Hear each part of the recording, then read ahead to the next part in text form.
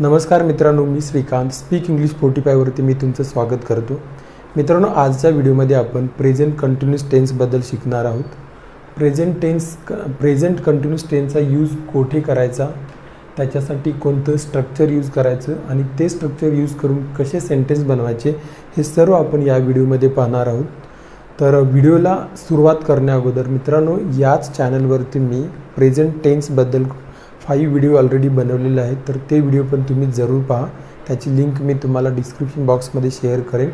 आणि तुम्ही जर या चॅनलवरती पहिल्यांदा आला असेल तर चॅनलला सबस्क्राईब करायला विसरू नका। तर चला तर मग आज आपण आपल्या व्हिडिओला सुरुवात करूया।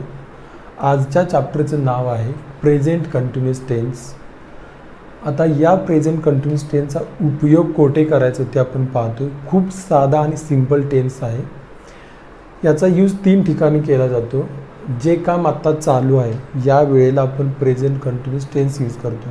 म्हणजे जे काम आता चालू आहे, म्हणजे मी आता हा व्हिडिओ शूट करत आहे, तर हे मी प्रेझेंट कंटिन्यूअस टेन्समध्ये सांगेन। मी तुमच्यासोबत बोलत आहे, तुम्ही हा व्हिडिओ पाहत आहात, या सर्व ॲक्टिव्हिटी ज्या होतात त्या प्रेझेंट कंटिन्यूअस टेन्समध्ये होतात। तर याच्यासाठी आपल्याला हा टेन्स यूज करायचा आहे। ओके, तर दुसरा यूज कोठे होणार आहे, या दिवसामध्ये जर आपण एखादी गोष्ट करत असेल तर त्यावेळी पण आपल्याला प्रेझेंट कंटिन्यूअस टेन्स यूज करायचे। जसं की तुम्ही जर या दिवसामध्ये जिमला जात असेल तर ते तुम्ही प्रेझेंट कंटिन्यूअस टेन्समध्ये सांगायचं आहे। किंवा तुम्ही या दिवसामध्ये सकाळी लवकर उठत असेल तर ते पण प्रेझेंट कंटिन्यूअस टेन्समध्ये सांगायचं आहे। या व्यतिरिक्त तिसरा यूज, ज्या गोष्टी भविष्यामध्ये होणार आहेत, जसं की मी उद्या ऑफिसला जाणार आहे किंवा नेक्स्ट वीकला मी मुंबईला जाणार आहे, तर ज्या गोष्टी आपण भविष्यात करतो ते सांगण्यासाठी सुद्धा प्रेझेंट कंटिन्यूअस टेन्सचा यूज केला जातो। तर याच्यासाठी आपण सेंटेन्स कसं बनवायचं ते पाहूया। सेंटेन्स बनवायला सुरुवात करण्या अगोदर आपण सब्जेक्टबद्दल बघूया। तर जेव्हा सब्जेक्ट आपला आय, वे, यू, दे आणि प्लुरल यापैकी असेल तर आपल्याला जो फॉर्म्युला यूज करायचा त्याच्यामध्ये एम आणि आर, एम आणि आर हे 2 हेल्पिंग वर्ब आपल्याला यूज करायचे। तर याच्यामध्ये एम हा हेल्पिंग वर्ब आपल्याला आयसाठी यूज करायचा आणि या व्यतिरिक्त जर कोणताही सब्जेक्ट असेल जसं की वी, यू, दे, प्लुरल, तर त्याच्यासाठी आर हा हेल्पिंग वर्ब आपल्याला यूज करायचा आहे। त्याच्यानंतर वर्बला ING प्रत्यय येईल आणि ऑब्जेक्ट। वर्बला ING म्हणजे गोचं काय होईल गोईंग, ईटचं काय होईल ईटिंग, कीपचं काय होईल कीपिंग, प्लेचं प्लेइंग। अशा पद्धतीने वर्बला ING प्रत्यय आपल्याला लावायचा। तर फॉर्म्युला काय आहे, I plus am plus VING plus object, किंवा यापैकी जर एखादा सब्जेक्ट असेल तर हा सब्जेक्ट, त्यानंतर आर, त्यानंतर VING, त्यानंतर ऑब्जेक्ट। तर याच्यासाठी आपण आता काही सेंटेन्स पाहूया। जसं की पहिलं सेंटेन्स आहे, मी तुमच्याशी बोलत आहे, I am talking to you. तुम्ही हा व्हिडिओ पाहत आहात, you are watching this video. आपण इंग्रजी शिकत आहोत, वी आर लर्निंग इंग्लिश। ते मार्केटला जात आहेत, they are going to market. प्लुरलमध्ये चिल्ड्रन्स, मुलं खेळत आहेत, चिल्ड्रन्स आर प्लेइंग। तर अशा पद्धतीने आपण सेंटेन्स बनवू शकतोय। पॉझिटिव्ह सेंटेन्स म्हटलं जातं याला। तर आता आपण थर्ड पर्सनबद्दल बघूया।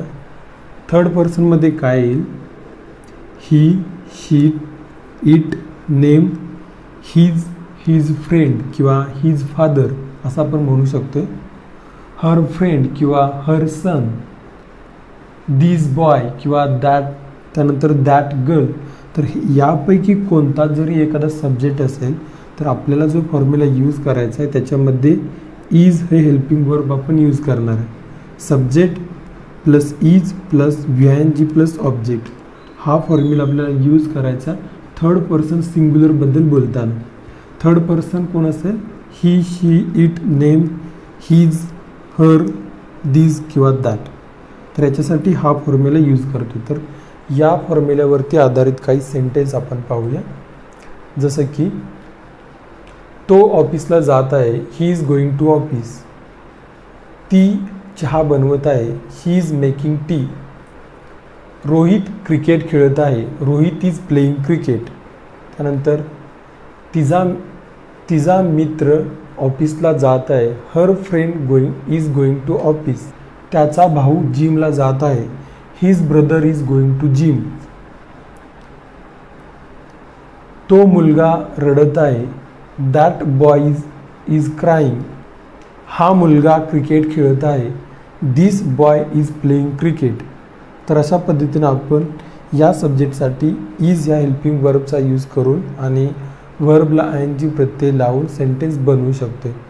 तर हे जे 2 रूल आपण पाहिले ते पॉझिटिव्ह सेंटेन्सला बघितलेले आहेत. तर या प्रेझेंट कंटिन्यूअस टेन्समध्ये जेव्हा आपण निगेटिव्ह सेंटेन्स बनवतो त्याच्यावेळी जो फॉर्म्युला आपला आहे आणि जे आपण हेल्पिंग वर्ब यूज केलं आहे त्याच्यामध्ये ॲम सोबत नॉट आपल्याला यूज करायचा आहे. आर सोबत नॉट, इज सोबत नॉट आणि बाकी सगळं सेम राहील. जसं की subject plus am not plus VING plus object. Am not हे आय या सब्जेक्टसाठी असेल, हा सब्जेक्ट असेल तर. Are not we, you, they plural यापैकी जर कोणता आपण सब्जेक्ट यूज करत असेल तर are not plus VING plus object. Is not ह्या या सब्जेक्टसाठी आपण यूज करतो. तर निगेटिव्ह सेंटेन्स कसे होतील? मी तुमच्याशी बोलत नाही. I am not talking to you. तुम्ही हा व्हिडिओ पाहत नाही. You are not watching this video. तो ऑफिसला जात नाही. He is not going to office. किंवा ती चहा बनवत नाही. She is not making tea. तर अशा पद्धतीने आपण निगेटिव्ह सेंटेन्स बनवू शकतो. आणि निगेटिव्ह सेंटेन्समध्ये ॲम सोबत, आर सोबत, इज सोबत नॉट या शब्दाचा आपल्याला यूज करायचा आहे. तर यानंतर अजून एक आपल्याला टाईप बघायचं ज्याच्यामध्ये आपण प्रेझेंट कंटिन्यूअस टेन्समध्ये कधी क्वेश्चन पण विचारतो. जसं की तू स्कूलला जात आहेस का? Are you going to school? तर याच्यामध्ये हेल्पिंग वर्ब आपल्याला सुरुवातीला यूज करायचे आहेत. जसं की am, is, are plus subject VING plus object. Am हा आय यासाठी यूज होईल. इज या थर्ड सिंग्युलर पर्सनसाठी आणि आर जर हा हेल्पिंग वर्ब आपण यूज करतोय वी, यू, दे अँड प्लुरलसाठी. ओके. तर याचे सेंटेन्स कसे होतील? जसं की मी तुम्हाला डिस्टर्ब करत आहे का? Am I disturbing you? किंवा तुम्ही हा व्हिडिओ पाहत आहात का? Are you watching this video? किंवा तो ऑफिसला जात आहे का? Is he going to office? तर अशा पद्धतीने आपण असे सेंटेन्स विचारू शकतो ज्याच्यामध्ये ॲम, इज, आर हे हेल्पिंग वर्ब आपल्याला सुरुवातीला यूज करायचे आहेत. आणि या क्वेश्चनचा आन्सर येस किंवा नोमध्ये असतं. जसं की तू ऑफिसला जात आहेस का? Are you going to office? याचा आन्सर येस किंवा नो असं आहे. या व्यतिरिक्त WH शब्दाचा यूज करून पण आपण काही क्वेश्चन विचारू शकतो. आणि हे WH शब्द म्हणजे why, when, what, where, with whom, at what time असे WH वर्ड जे आहेत ते आपल्याला या फॉर्म्युल्याच्या अगोदर यूज करायचे तिथं येणार. जसं की तू ऑफिसला का जात आहेस? Why are you going to office? तू किती वाजता घरी जाणार आहेस? At what time are you going to home? तू जिमला का जात नाहीस? Why are you not going to gym? तर असे सेंटेन्स आपण बनवू शकतो. हा होता मित्रांनो आजचा व्हिडिओ ज्याच्यामध्ये आपण प्रेझेंट कंटिन्यूअस टेन्सचा यूज कसा करायचा ते शिकलेलो आहोत. याच्यामध्ये आपण सुरुवातीला पाहिलं की यूज कोठे करायचा, ज्या गोष्टी आत्ता चालू आहेत त्यावेळी आपल्याला यूज करायचा आहे. या दिवसामध्ये जर आपण एखादी सवय लावलेली असेल तर ते सांगताना पण आपल्याला प्रेझेंट कंटिन्यूअस टेन्स यूज करायचा आहे. आणि ज्या गोष्टी भविष्यामध्ये होणार आहेत म्हणजे next week I am going to Mumbai किंवा tomorrow I am going to office, ज्या आपण भविष्यामध्ये गोष्टी करणार आहेत त्याच्यासाठी आपण प्रेझेंट कंटिन्यूअस टेन्स यूज करतो. तर याच्यामध्ये 2 गोष्टी एक महत्त्वाच्या आहेत. एक म्हणजे व्हर्बला ING प्रत्यय येतो नेहमी.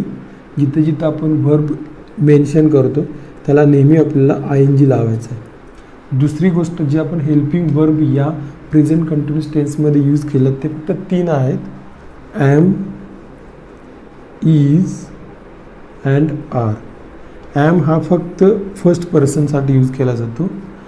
इज हा हेल्पिंग वर्ब थर्ड पर्सन सिंग्युलरसाठी यूज केला जातो, ज्याच्यामध्ये ही, शी, इट एखाद्या व्यक्तीचं नाव किंवा her father, his friend, that boy, this girl अशा पद्धतीनं. आणि प्लुरल किंवा यू आणि वीसाठी आर हा हेल्पिंग वर्ब आपल्याला यूज करायचा आहे. तर हे जस्ट रिकॅप होतं आजच्या व्हिडिओचं. तर आज हा होता मित्रांनो आजचा व्हिडिओ. तुम्हाला हा व्हिडिओ कसा वाटला मला कमेंट करून नक्की सांगा. आणि जर हा व्हिडिओ तुम्हाला आवडला असेल तर व्हिडिओला लाईक करा, चॅनलला सबस्क्राईब करा आणि पुन्हा भेटूया आपण नवीन व्हिडिओमध्ये. तोपर्यंत keep learning, keep practising and keep improving.